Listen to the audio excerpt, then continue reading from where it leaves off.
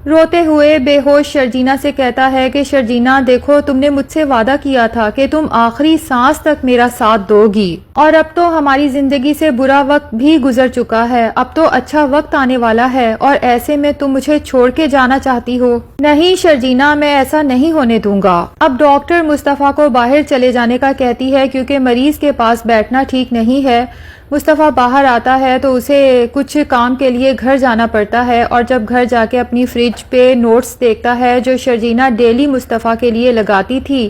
تو وہ اس کو پڑھتا جاتا ہے اور روتا جاتا ہے، کیونکہ شرجینا کو تو مصطفیٰ کی چھوٹی چھوٹی فکر رہتی تھی اور مصطفیٰ نے کبھی ان نوٹس کو غور سے دیکھا ہی نہیں تھا۔ اب سارے نوٹس اتار کے پڑھتا ہے تو رو رو کے اس کا برا حال ہو جاتا ہے۔ دوسری طرف مصطفیٰ کے بھائی عدیل کے ساتھ تو بہت ہی برا ہوا ہے، کیونکہ رباب ایک بہت بڑی پارٹی ارینج کرتی ہے، عدیل کی سرپرائز برتھ ڈے پارٹی۔ عدیل کے پیرنٹس کو بھی خاص طور پہ پارٹی پہ آنے کا کہتی ہے، جبکہ عدیل کی ماں پریشان ہو جاتی ہے کہ عدیل کی برتھ ڈے تو 2 ماہ پہلے گزر چکی، بھلا اب کس چیز کی برتھ ڈے؟ لیکن عدیل کے فادر کہتے ہیں کہ یہ امیر لوگوں کے چونچلے ہیں، ہم کیا جانیں، اب اس کے گھر میں بیٹھے ہیں تو ظاہر ہے کہ پارٹی پہ جانا ہی پڑے گا، حالانکہ میرا بالکل بھی دل نہیں کر رہا۔ اب نتاشا جب پارٹی میں انٹر ہوتی ہے تو بہت پرتپاک طریقے سے رباب کی طرف بڑھتی ہے، لیکن رباب اسے بہت کولڈ رسپانس دیتی ہے، جس پہ نتاشا کافی پریشان ہو جاتی ہے کہ رباب مجھ سے اس طرح سے تو نہیں ملتی تھی، یہ تو میری بیسٹ فرینڈ تھی۔ اور ساتھ ہی سلمان اس کا شوہر کھڑا ہوتا ہے۔ رباب نتاشا کو اگنور کر کے سلمان کے ساتھ البتہ پرتپاک طریقے سے ملتی ہے، تو نتاشا شرم و بے شرمی رباب سے پوچھ ہی لیتی ہے کہ تم واپس کب آئی، اور سناؤ تمہارا ٹرپ کیسا رہا؟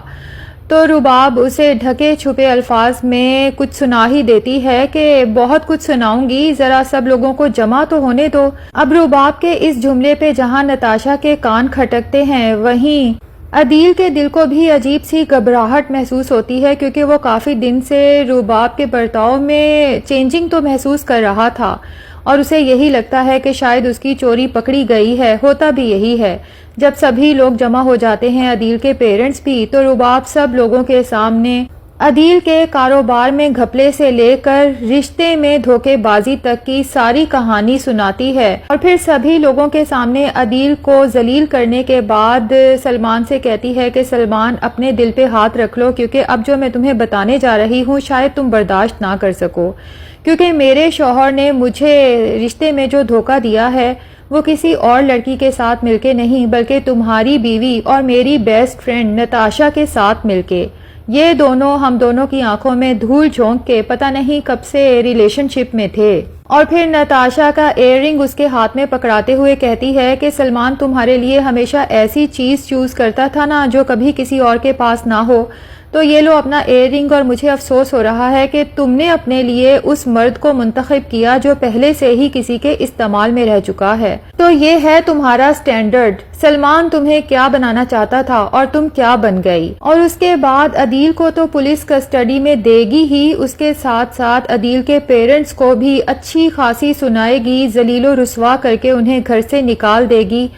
دونوں بوڑھے بیچارے جب اپنا تھوڑا بہت سامان سمیٹ کے سڑک پر ہوں گے تو سوچیں گے کہ ہم عدیل اور رباب کو کتنی عزت دیتے رہے اور کیا سمجھتے رہے، اور ایک ہمارا مصطفیٰ تھا جو ہمیشہ ہمارے سامنے نگاہیں جھکا کے بات کرتا تھا، اور ایک شرجینا جو دن رات گھر کے کاموں میں مصروف رہتی تھی، جاب الگ کرتی تھی۔ مصطفیٰ کے فادر رو رو کر کہیں گے کہ ہم نے مصطفیٰ کے ساتھ بہت برا کیا، مجھے یقین تھا کہ اس نے چوری نہیں کی، لیکن اس رباب نے اس کے اوپر اتنا بڑا الزام لگایا، اور عدیل کو پتا تھا کہ رباب جھوٹی ہے، اس کے باوجود اس نے اپنے بھائی کا ساتھ دینے کی بجائے اسے گھر سے نکالنے میں رباب کا ساتھ دیا۔ آدھی رات کو مصطفیٰ اور شرجینا کو ہم لوگوں نے گھر سے نکال دیا، یہ سوچے بغیر کہ وہ دونوں کہاں جائیں گے، کس طرح سے گزر بسر کریں گے، اور آج دیکھ لو ہماری چپ کی سزا ہمیں کس طرح سے مل رہی ہے کہ ہم بھی